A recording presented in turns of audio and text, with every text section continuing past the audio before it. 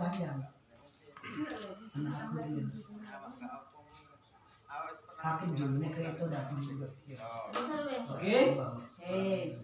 Mulai bismillahirrahmanirrahim. Assalamualaikum warahmatullahi wabarakatuh. Waalaikumsalam warahmatullahi wabarakatuh. Alhamdulillah syukranillah. Allahumma sholli ala sayyidina Muhammad wa ala ali sayyidina Muhammad. Puji syukur alhamdulillah kepada Allah yang telah memberikan kita nikmat sehingga kita semua dapat hadir pada pagi menjelang siang ini dalam rangka kegiatan P2K2 ataupun pertemuan kelompok. Salawat dan salam Allahumma sholli ala sayyidina Muhammad wa ala ali sayyidina Muhammad. Mari sama-sama kita perbanyak, mudah-mudahan kita mendapatkan syafaatnya di hari yaumil qiyamah nanti. Amin. Yang saya hormati ibu-ibu peserta PKH yang berhadir, sebelumnya ucapan terima kasih saya kepada ibu-ibu yang sudah meringankan langkah, meluangkan waktunya untuk hadir mengikuti kegiatan kita pada hari ini. Ibu-ibu, kabarnya gimana? Sehat? Sehat. Alhamdulillah. Nah, pada pertemuan kita sebelumnya kita sudah membahas pencegahan dan penanganan stunting melalui pemanfaatan bantuan sosial untuk pemenuhan gizi anak usia dini dan ibu hamil. Jadi gimana Bu? Sudah diterapkan di rumah? Sudah. Jadi bantuan sosialnya digunakan untuk apa aja Bu? Susu, beras, susu, buah-buahan. Jadi untuk pemenuhan gizi ya Bu ya. Nah, jadi itu terus diterapkan di dalam keluarga ya Bu, jangan lupa. Oke, dalam kesempatan ini kita akan sama-sama belajar tentang pencegahan dan penanganan stunting melalui kegiatan kebersihan diri dan lingkungan. Ya Bu. Jadi dalam kegiatan ini ada 3 hal yang akan kita bahas. Yang pertama itu pentingnya cuci tangan pakai sabun. Kemudian yang kedua, cara mencuci tangan dengan memakai sabun. Kemudian yang ketiga, praktik baik dalam kegiatan cuci tangan pakai sabun. Jadi cuci tangan pakai sabun ini Bu adalah cara atau salah satu cara untuk membunuh kuman, membunuh bakteri yang ada di tangan sehingga terhindar dari penyakit diare yang menyebabkan stunting. Dan sekarang kita dalam situasi pandemi COVID-19 atau corona.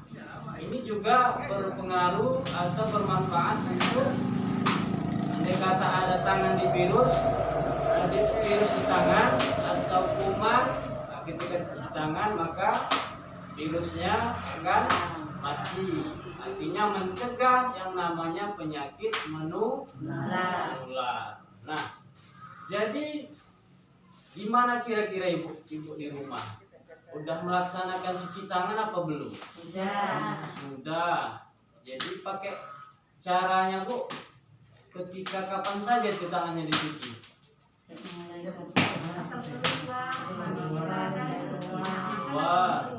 Bakteri ladang. Ada lagi, apa lagi Bu? Sebelum makan, sesudah buang air besar atau air kecil. Nah, di sini ada nggak ibu-ibu yang menyusui? Nggak ada ya. Kalau ada, sebelum menyusui anak juga cuci tangan. Ya. Nah, kemudian ibu-ibu cuci tangan di rumah pakai sabun apa enggak? Pakai sabun. Pertanyaannya Bu, kenapa harus pakai sabun? Kenapa tidak air aja yang mengalir ataupun pakai gayung disiram udah selesai gitu? Pakai sabun kosin basuh tangan. Kalau pakai air aja rasanya lengket tak apa macam gitu. Jadi begini Bu ya, mencuci tangan pakai air saja itu belum cukup. Artinya kuman yang di tangan ini itu masih hidup. Ya, jadi mencuci tangan itu harus menggunakan sabun. Sabun tak harus sabun mahal. Sabun colek, sabun batang, sabun cair juga bisa digunakan untuk mencuci tangan. Ya, artinya kalau mencuci tangan dengan sabun, maka kuman yang ada di tangan ini akan mati, sehingga tidak menyebabkan yang namanya penyakit melalui tangan masuknya. Oke Bu, terima kasih atas jawaban ibu-ibu sekalian. Kemudian di sini langkah mencuci tangan itu ada, kemudian waktu penting mencuci tangan itu ada. Kayak tadi kita sampaikan bahwasanya setidaknya ada 5 waktu penting untuk mencuci tangan. Yang pertama sebelum makan, kedua setelah buang air besar, ketiga setelah kita beraktivitas. Baik itu dari kerja pulang ke rumah, tangannya dicuci. Baik itu istilahnya dari ladang, dari sawah segala macamnya, cuci tangan. Kemudian yang keempat adalah ketika sebelum menyusui bagi ibu-ibu yang menyusui. Yang kelima ketika ibu-ibu sebelum mengolah makanan, dicuci tangan supaya makanan yang dibuat itu tidak kena kuman. Nah, itu 5 hal penting atau 5 waktu ya kapan diwajibkan untuk cuci tangan. Nah, kemudian praktek cuci tangan. Cara cuci tangan dengan air yang mengalir dan pakai sabun juga ada caranya. Tidak istilahnya nanti ambil sampo pokok udah selesai ya. Jadi perhatikan, yang pertama kita basahi tangan dulu, baru letakkan sabun atau oleskan sabun, kemudian diratakan, baru sapu belakangnya, sapu ya, kemudian setelah jari ketiga ya, setelah jari sama juga depan belakang. Kemudian yang keempat di sini posisi saling mengunci. Yang keempat, yang kelima baru dibilas. Setelah dibilas keringkan dengan kain atau lap tangan atau sejenisnya. Nah, inilah cara cuci tangan yang baik. Nah, kemudian mencuci tangan Bu, itu kan ada alatnya ya. Nah, alat mencuci tangan ini kan tidak perlu harus mahal, harus ada wastafel baru bisa cuci tangan ya kan, sabunnya harus mahal, tidak ya. Untuk mencuci tangan bisa menggunakan alat-alat yang ada di rumah, alat bekas, misalkan apa Bu contohnya?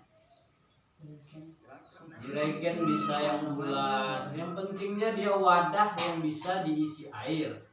Kemudian seperti kaleng cat, nah ya, aqua bekas, galon bisa dibolongi, kemudian ditaruh keran ataupun kayu disumbatkan di situ supaya air tidak tumpah ketika tidak dipakai.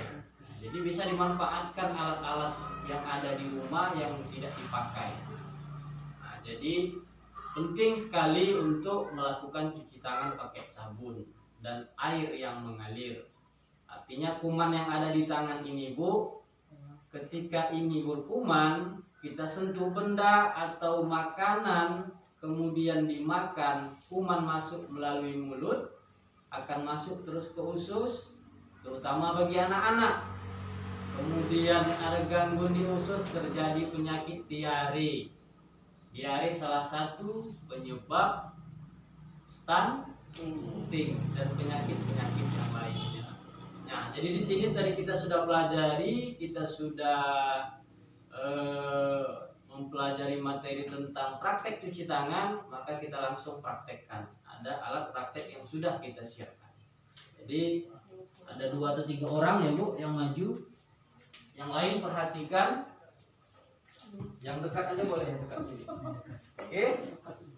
Gimana caranya tadi Bu? Ayo. Sambil berdiri aja. Cuci tangan dulu. Oke, gimana caranya? Buka.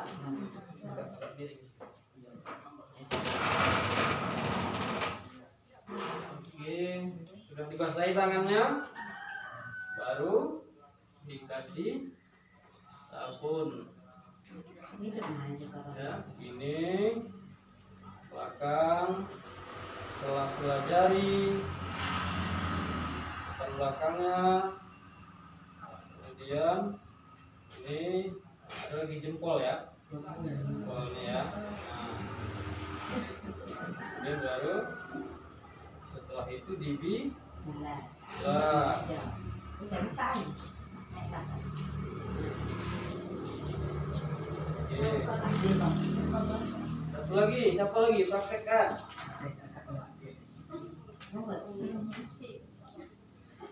Lalu setelah itu dilap ya, menggunakan bisa tisu, bisa kain atau sejenisnya. Oke. Ya, sela-selanya kita langsung ini ibu jari. Kemudian ya, setelah itu pipi. Kali ini menggunakan sunlight. Lalu ini. Oke, yang lain ibu udah paham? Oke. Jadi itulah tadi praktek cara untuk mencuci tangan ya Bu.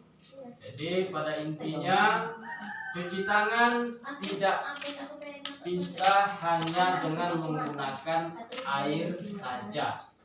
Harus menggunakan sabun. Karena kalau pakai sabun, kuman yang ada di tangan ini bisa mati.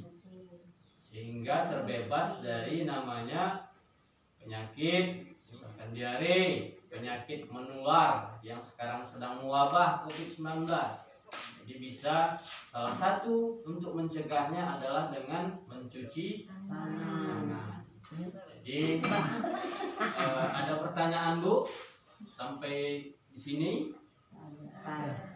Pas?